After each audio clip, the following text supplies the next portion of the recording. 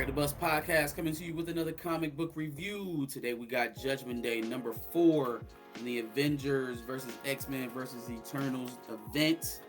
Let's read through the roster a bit. So, of course, we've got the progenitor, celestial god of the Avengers. We've got Captain America, Thor, Iron Man, Black Panther, and Starbrand. Charles Xavier is heading off the X-Men side with Sebastian Shaw, Exodus, Sinister, Jean Grey, Nightcrawler, and Storm. Also Magneto. Making an appearance on the superhuman category would be your boy Luke Cage, or excuse me, I should say Mayor Luke Cage. We got Miss Marvel, Miles Morales, Daredevil, Doctor Doom. Eternals, we got Cersei, Star Fox, Ajax, Uranos, Durig, Icarus, Gilgamesh, and the Themix. And then I got the 6 civilians. Tom, Katrina, Kamali, who was Arjun's wife, his widow. Right. Daniela, Jada, and Quinta. Just for continuity's sake, Judgment Day takes place after The Longest Shadow, and it takes place after the Range War. Well, maybe that'll because I was getting ready to point something out in this book, but maybe that explains something that because he's been missing. T'Challa's been missing, and he don't show back up to this book. He's been missing from the Avengers, and in Black Panther number 9, he actually is back with the Avengers as the chairman. So we open up here in New York with Captain America trying to stave off a violent mob from the Avengers treehouse in the aftermath of the failed attempt on the celestial god, right? And so he's obviously not having the easiest time, right? The reason why I love this scene so much is that so often when you have Captain, like really why I love this book is because of what I see Cap going through in these pages right here. Like this is some of the best stuff for, and they don't even focus it on him, but it's literally just how he starts and where he ends up. It's beautiful. You always see Captain America in these ultra virtuous lights, right? Like these shining heroes. You know, he's the guy, stars and stripes, all of that stuff, right? He's the ultimate virtue signal. Right. But like, the most interesting stuff you get from Captain America is when it's off brand, right? When he's in some situations where his moral code is called into question, his principles are tested, and man, if that doesn't happen here in these pages, it's never happened for him. It's one of those things where Steve Rogers and Clark Kent, symbols of America. Clark Kent, it take a lot to not make Superman come across as corny. Yeah. Captain America it's difficult to write him as corny because if he's dealing with street level situations, he shines at his best. This is my opinion. Then because that's when the inspiration is able to shine through because he's talking to regular folk. You put him up there with superheroes and everything, he's not the most powerful person, so you know his strategy comes into play. But this is to me is when Marvel hasn't done a good enough job with Captain Marvel. Don't get me wrong, they've done a great job with Captain Marvel, but he speaks more to the common man. He's able to speak to his common man and inspire that common man the same way he does his peers as superheroes, but they don't use him to speak to the common man, which to a degree might be why he's facing issues with the progenitor right now, because you ain't done enough with the regular folks on the ground. Yeah, I think you're spot on. What you would think, you know, at least aesthetically, would be the champion of the common man is essentially allowed himself to be propagandized, you know, to be commodified, and that probably is ultimately why he failed. The common man needs to hear from someone like Captain America, Steve Rogers, more. Not necessarily, you need to be amongst the people and not above the people. And you know, he's a great Avenger and everything like that, but his inspiration, the man that he sees himself as an inspiration for the common man. And that's what we're getting here. They making him pay for it, putting hands on him and everything, while he's still trying to get everybody to calm down. Sure. We're gonna hop back over to the North Pole on Avengers Mountain.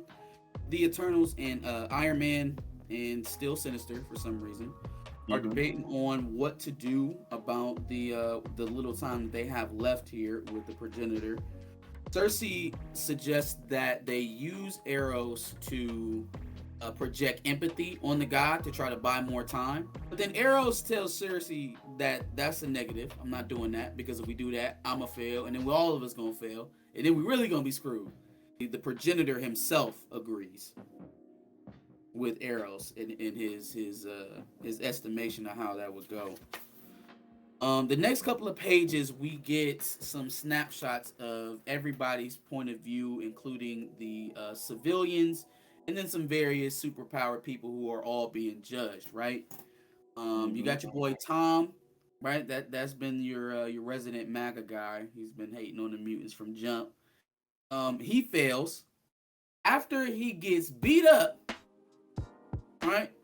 From some presumably anti-mutant people, or just don't even gotta be anti-mutant, just some ignorant people, some ignorant, well, maybe, maybe, but definitely just gets beat up out for no reason, and to still be justifying violence on other people in the midst of that is the ultimate irony. He fails, right?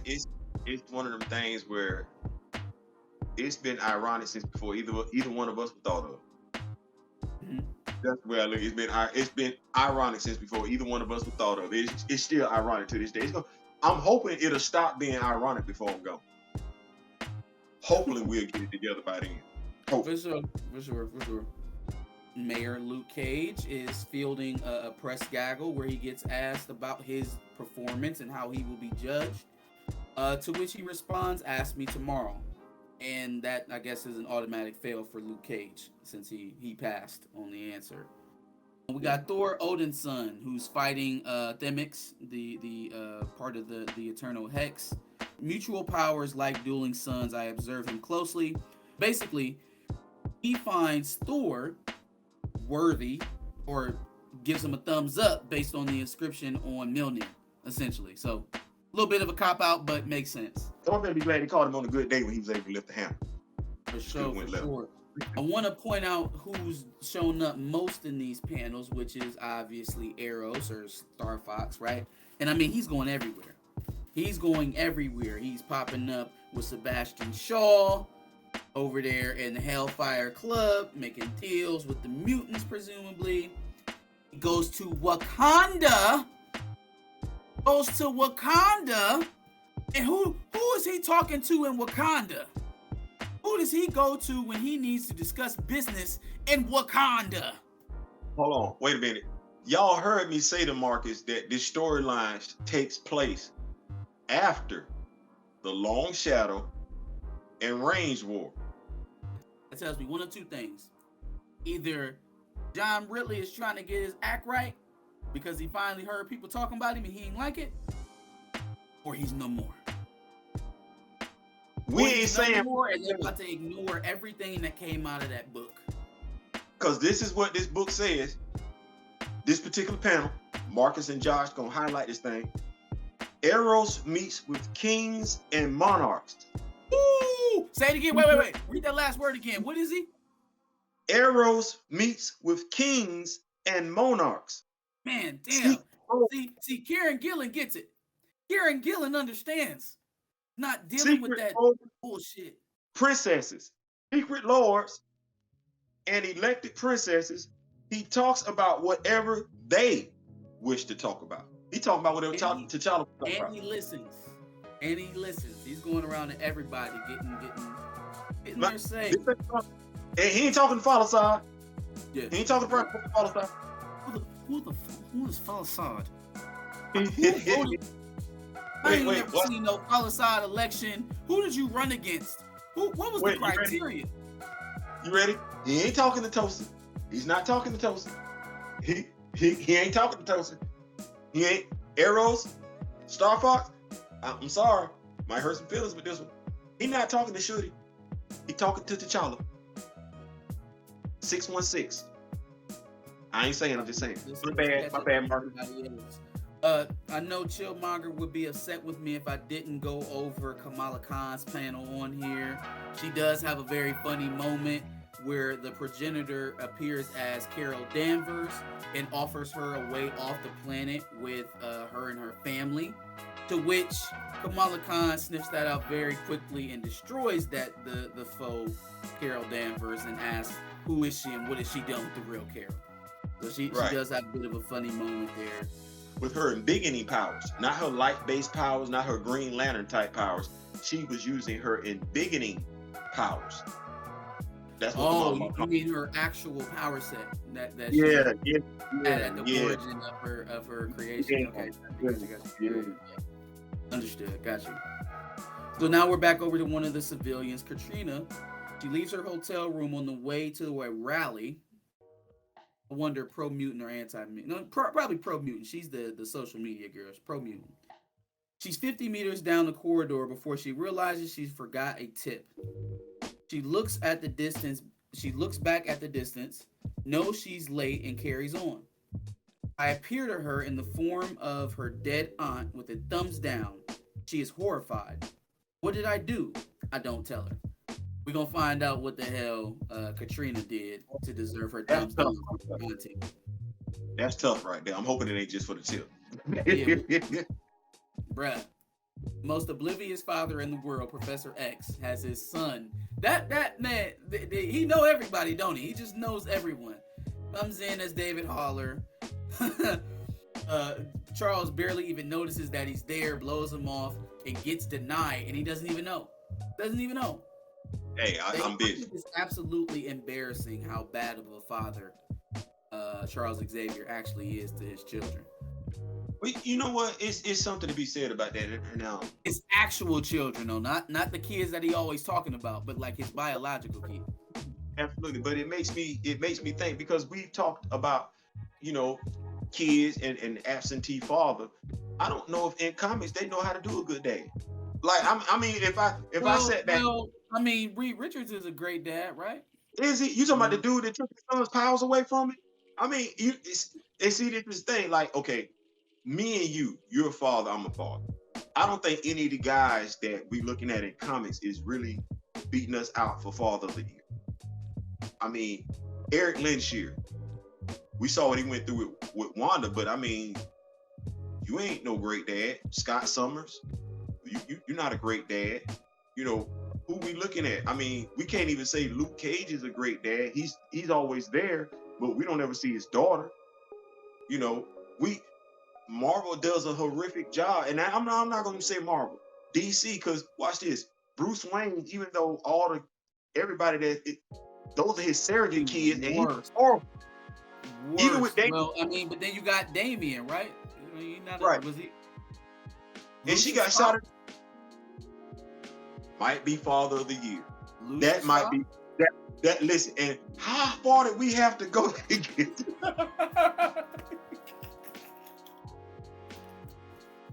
Let's go. Let's keep going.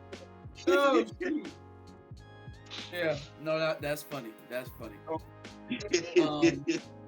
Kamali is getting her judgment, right? He leaves her there. He fears that she would turn around and judge him if she awoke from her slumber to see him trying to judge her in her moment in her hour of grief. I thought that was interesting because this is the progenitor who has no problem being judged. I'm gonna say has no problem judging people. Voiced fear, concern about being judged himself, which makes me ask the question: if you get judged, what happens to you? Because that statement means he's not above being judged. Progenitor isn't. He can be judged.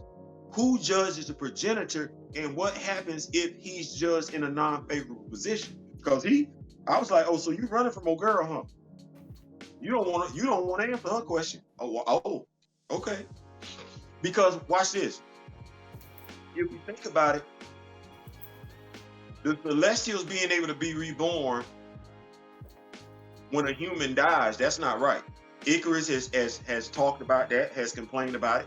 He wants the Eternals to be killed and everything. So now, if this is something that the Celestials have put in place, the humans aren't aware of it, now they finding out that every time a celestial dies, one of them has to die to be for the celestial to be reborn, and there's no choice in the matter. What would humans could the progenitor? Because the progenitor, even though it's celestial says to God, Scott Summers then told the progenitor, "Man, you ain't fit to judge me, bro. Go ahead."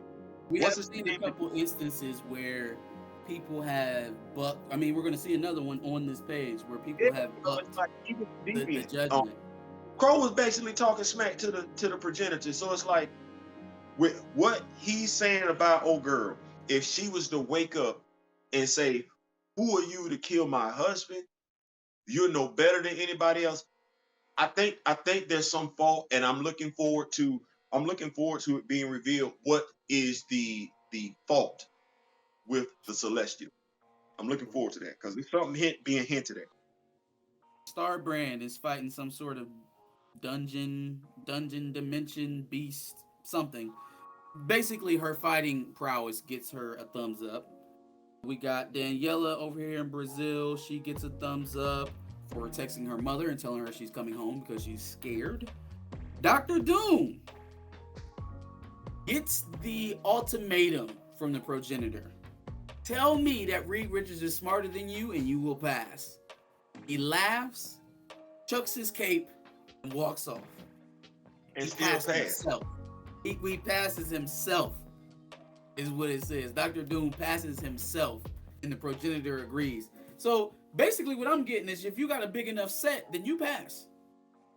I think with Dr. Doom, this is the way I took it, and I was trying to make devil's advocate. Like, his silence is consent. Like, you ain't gonna ever get me to admit that. And him not admitting that, and the fact that it was a trap is hilarious. Yeah. I think that's a little bit of Tony Stark coming out of him there. Jada is still seeing all of the hatred of the mutants and everything like that in her city. And because she knows loss and she understands it, and she's still grieving to believe it was her son who passed, right? Because she despairs, she understands. She passes. Daredevil. I knew for sure. After Devil's Reign, there was no way Daredevil was getting anywhere near passing. He ain't passing. Moon Knight ain't passing. Batman ain't passing. No. Yeah, no, it wasn't no way in hell. He knew he wasn't gonna pass. Heroes popping up at the White House again. All right. Miles Morales getting appeared in the form, or the progenitor appearing in the form of Peter Parker, giving him the go ahead, and then Inta obviously is too young to get judged. So now here's my question then. If we're not judging children, are they automatic passes? Do they just automatically get, or are you just not counting them? Look, I don't know, but we need that count. We need that on our side. I don't know. Yeah, put the kids. The kids are the most innocent. You want that tally. If you're not gonna judge the children, are you gonna kill the children? Question. If I was about to say, if you judge all the adults unworthy, at that point you might as well have judged the kids. You see what I'm saying? Like, if you're not gonna judge the kids because they're young, but if you're gonna fail the planet because most of the adults effed up, you gonna kill the kids, or do the kids get a pass? You know what? Maybe we'll find out by the end of the book. Maybe we'll find out. Arrows, Star Fox, whatever we're going by right now. Staying alive. Staying alive. Every time I see this man, I'm sorry. Yeah, no, I mean he's boogieing down. He's boogieing down. But he's meeting up with something that probably is like the UN, I would have to imagine, after doing all of this bouncing around internationally.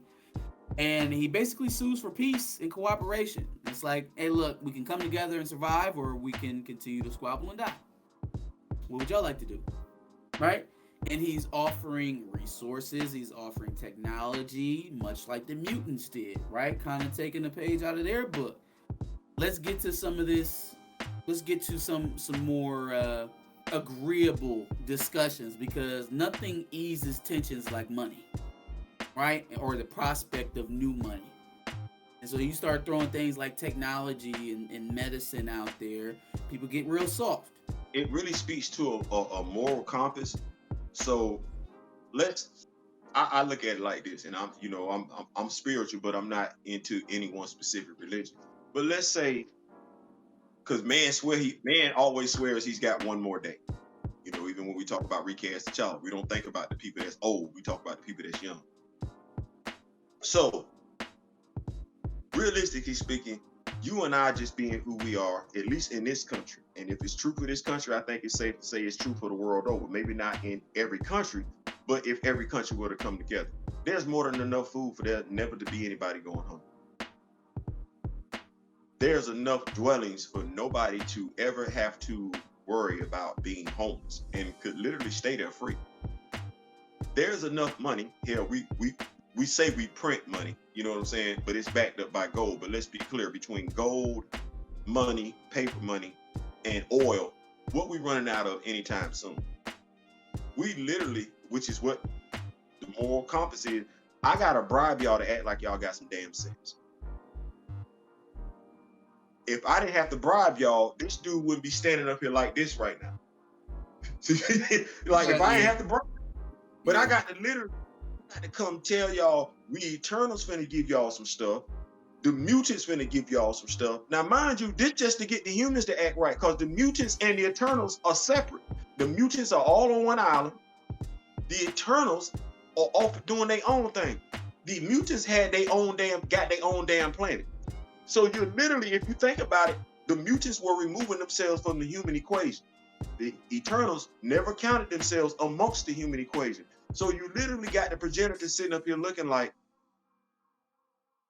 so y'all need help from two other species for me not to say I'm gonna kill y'all, when y'all literally got it amongst yourselves to heal each other. As T'Challa said, one of the comic books I want to say is a Reginald Hudlin run.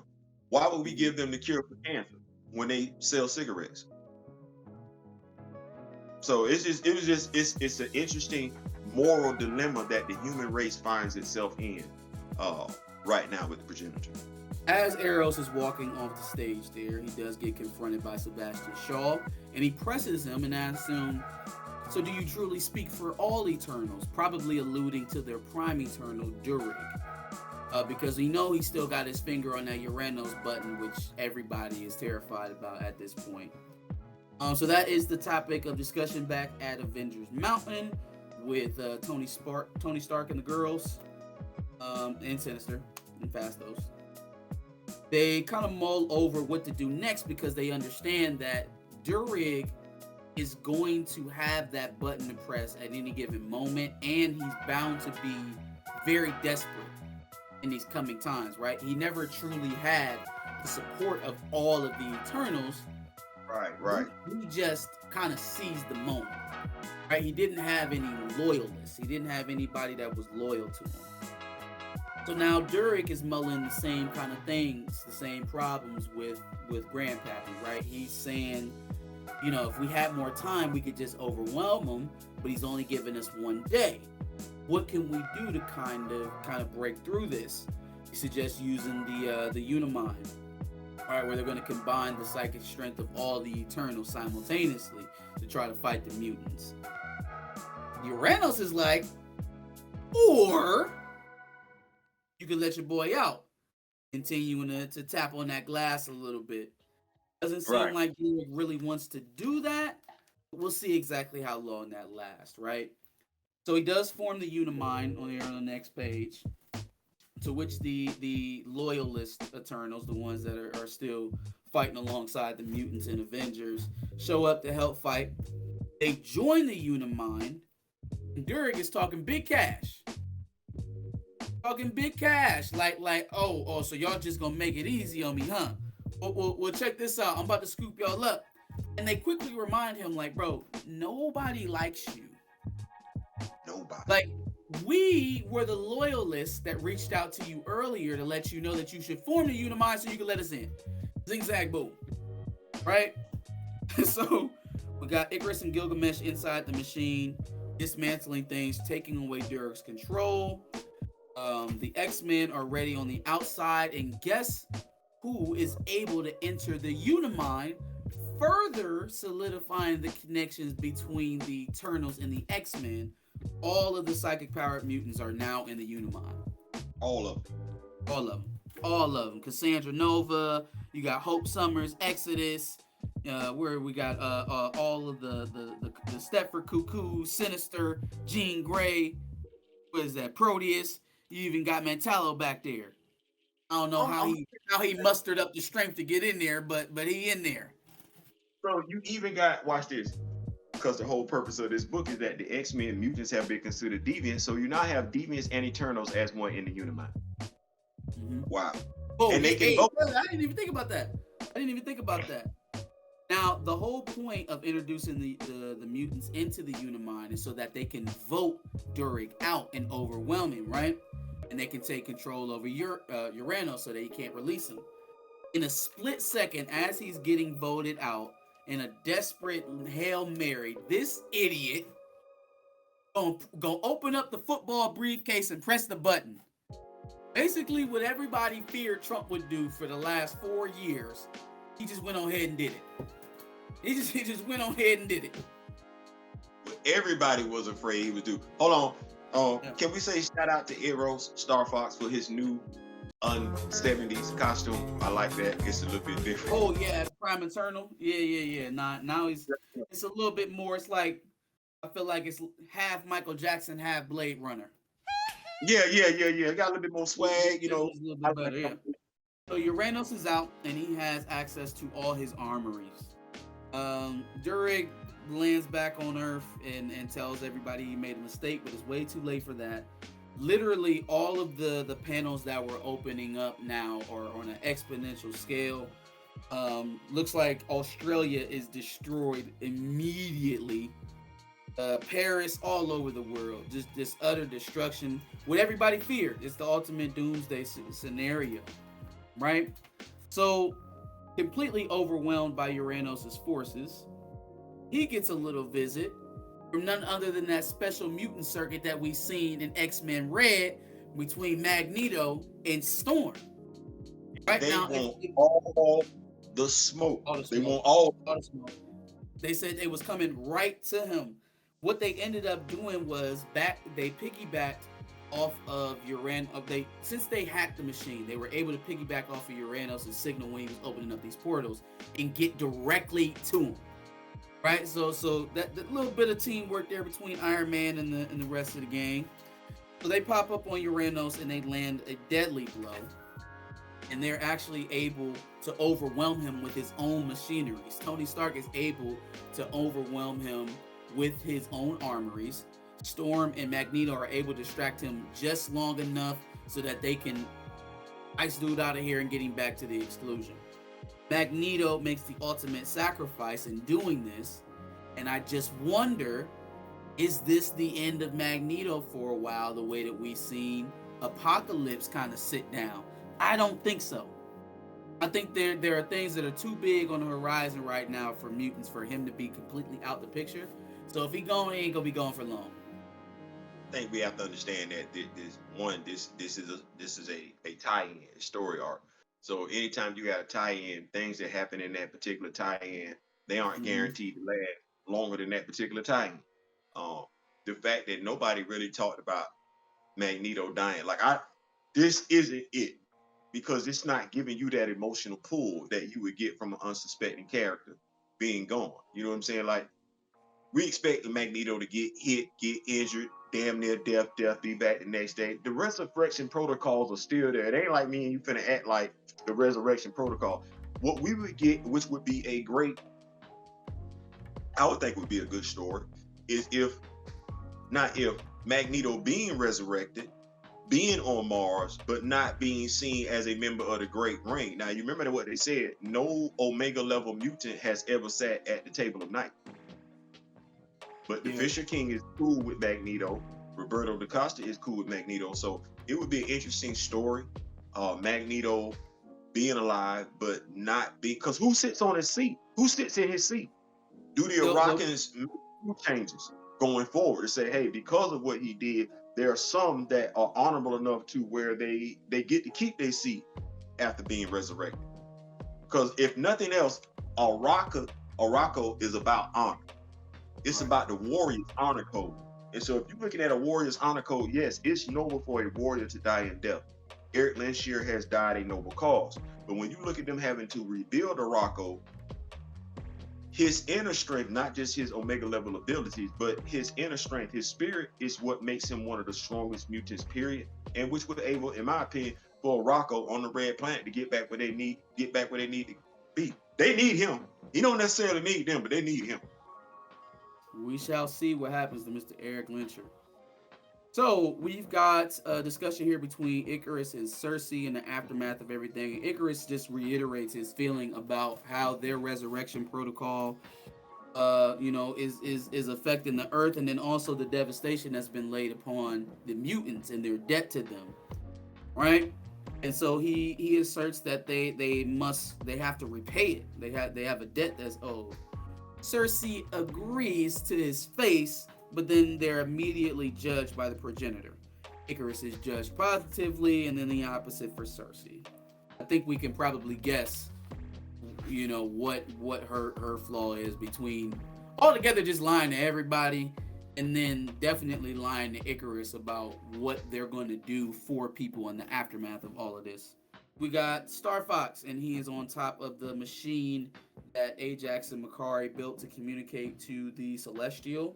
He begins his, his pleas for more time, right? He lets him know that he's done, some work to try to bring everybody together and find out, hey, how can we be better? And he believes that they can be better given the time. This is the progenitor's response. I do not address the world. I have spoken enough. I have watched enough. I have judged enough. And I have decided. You all have lived enough. If you had 1,000,000 years, you never do enough. You would always be better tomorrow. But you didn't realize that one day tomorrows would run out. Fam, he lights up the earth. From what I'm seeing right now, he judged the whole world and wipes out everything. And then this final shot of Captain America underneath his shield. Bro, It's a strong shield, man. Boy, this right here.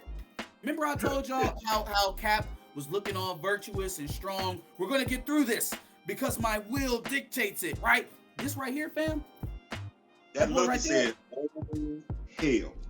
Fam. That look. Now, the thing that can mess this entire book up for me, because right now, I'm putting this up as one of the best books of the year.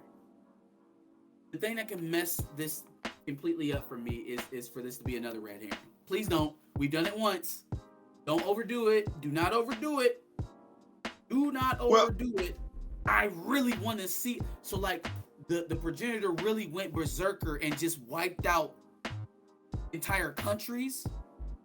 Right. We already know it's places all over the earth that's being hit right now because of Uranus and his armories in that short time that he was out. But now with the Celestial deciding that everybody it's over with for everybody else, please don't take that away. Please don't take that away. Let's actually deal with that. Let's see what happens in the aftermath of that. Please. Let's deal with the ramifications and repercussions. Like, let's not make like it's not happened. Let's see what the fallout is. We can reverse it. Millions of people instantaneously dying. Yes, please.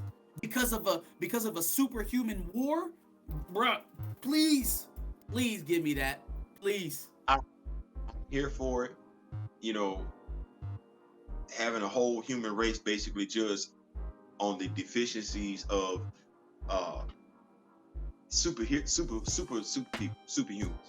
Yeah. And then we talked about the children, like what happens to the kids and everything like that. But even with that being said, there have been some interesting things touched on. Like there have been some people that told the progenitor he could go screw himself, and he does show a fear of being judged on his actions. So they asked that question, well, who watches the watchman? Okay, well, who judges the judge? Question. Mm-hmm. Do you think he started feeling the scales tipping in a way that was unfavorable and decided to pull the plug early? Because again, you got to remember, this is Tony Stark in here, right? Tony Stark Right. has been blessed with the power of a god. So, is it possible that he kind of sniffed it out early and decided rather than it not going the way that maybe he wanted it to? We have no idea how holy this God is. It could be a spiteful God, it could be a petty God. We have no idea. So, did he pull the plug early to avoid losing? I think it's safe to say he's a petty god. I would say that because, he's been low key doing some petty stuff with the questions he's been asking and how he's been popping up in people's faces and stuff. So I do, and this is a god that's based on Tony Stark, and he even alluded to it. Like, how could you base me off of Tony Stark and think you were gonna have a good outcome? And so he's self-aware. You know what? I don't even want to speculate anymore because you and I can do that all day long and everything like that. I'm just here for it. Like, I haven't been disappointed with one read yet in regards to Avengers verse, which is crazy because, like I said, I gotta thank you because I was not gonna get involved with it. I wasn't, but I have not been disappointed with one read yet, and I'm looking forward to this Wednesday. Oh, for sure. I need to follow up to this immediately. Make sure you guys give us your thoughts on Judgment Day number 4, A.X.E event.